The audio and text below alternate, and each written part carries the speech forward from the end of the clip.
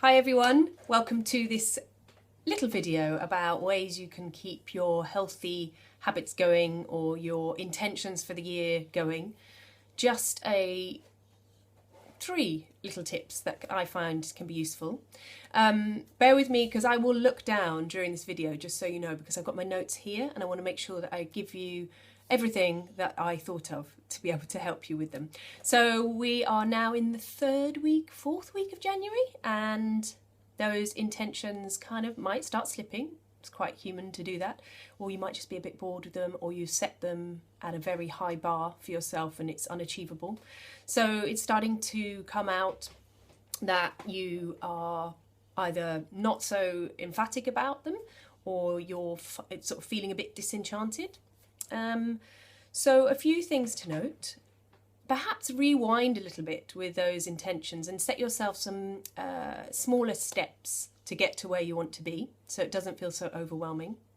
And then just rewind a little bit more and look at how you are looking after yourself. What is it that is your sabotaging behaviour?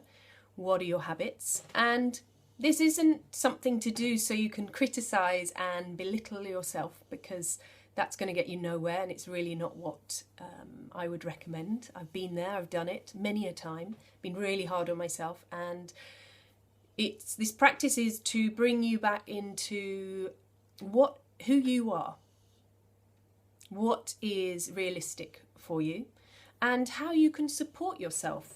So let's say you have an intention that you want to write a book, and you've got all the inspiration, you're feeling really excited about it, you've got the idea, and you sit down and then you're like, I don't know where to start. But you've set this intention that you're going to write a book. So then the self-sabotaging behaviours come in, the critic comes in, the distraction methods come in, and we then go, I don't want to do that actually, no, forget it, it's okay, it doesn't matter, because we start confronting who we are and we start confronting our limiting beliefs. So what I would offer to you is that with your intention, you just break it down into baby steps. So maybe focus on the next 3 months, what you can achieve in that time, and make it realistic. And perhaps it's just writing little paragraphs or little parts of the stories that you can then all blend together at the end. So that is just a little idea for you to play with. On a more practical level, one of the things I would suggest that you do is to, and it's very basic, drink more water. Okay, water is, as we all know, very vital to our functioning. It is very conducive to our systems working at their most optimal.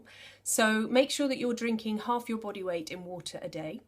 Really keep that bottle close by, drink from it, keep drinking from it. And at first you're going to be going to the loo a lot. If you're not used to drinking a lot, it will happen. And then your body starts evening out and you won't be going to the loo so much. But what it does is it just really helps flow, get everything out of the system, everything working brilliantly. It keeps the brain nice and moisturised and hydrated. And so you'll be able to concentrate more and work most efficiently, I suppose.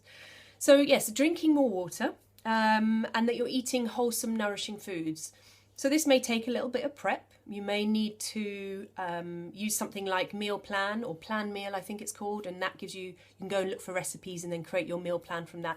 So maybe you'll choose Sunday to prepare your foods and it's all ready for the week. Maybe get some quinoa cooked up, have some hard-boiled eggs if you eat that sort of protein, have a pea salad set up, have anything that's going to really kind of get you, a nice big salad or a lovely stew, so that you can go and, when you're hungry, go and reach for it rather than the sweets or the quick meals that are in a packet.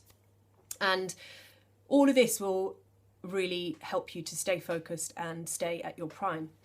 So then the second point I wanted to bring up was just come back to your intention daily and spend 2 minutes visualizing what it would feel like when you achieve that goal. Ideally, you want the intention written in the present tense. That works to a different part of the brain. So you would be reading it in I am a writer. My book is in full flow. I create the most inspiring and motivating book that I can. Something like that. And you'll read that every day. Spend 2 minutes visualizing it happening, how you would feel, who you have to be that, to create that intention, and how it would look, and feel that visceral effect. It's very powerful when you feel something. So when you're imagining something, when you feel it, it's actually very powerful. So one I did was about creating more time in my life. Now, time is one of these very bizarre kind of concepts. We've created time with our watches and so on and so forth.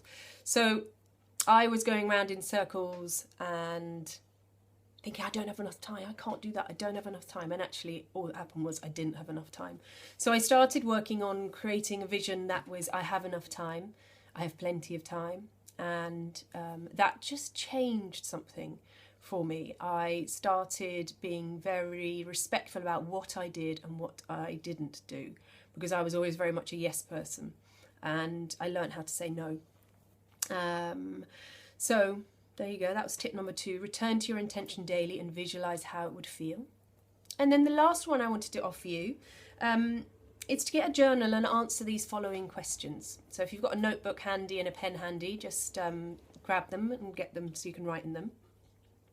And I would offer that you would write these down rather than type them. If you don't have a notebook handy and you just want to type on your computer, do it. But the actual practice, pen and paper, please. Okay, so who do you need to become to make your intention happen? What baby steps can you take towards achieving the dream that you have, the intention that you have?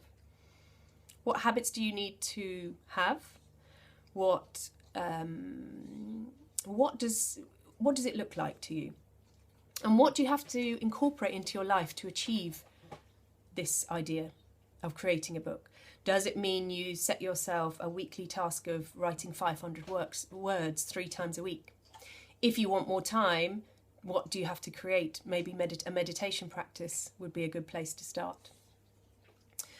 What I find, just a little aside with meditation practice, is people think, I don't have enough time to meditate, I've already got so much on. Actually, do it. It's so amazing what it does, because it allows you to sit back and take note of what's really important and what isn't important. And what I noticed is that anything that wasn't vital, like replying to all my emails straight away, like doing da-da-da-da, it just started to fall away. I just started to get really in tune with myself and know what it is that I needed to do.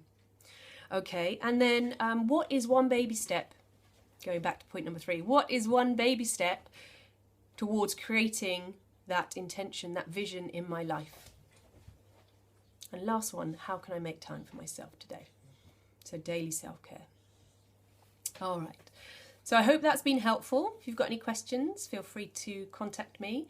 And I hope you have a wonderful day. Bye.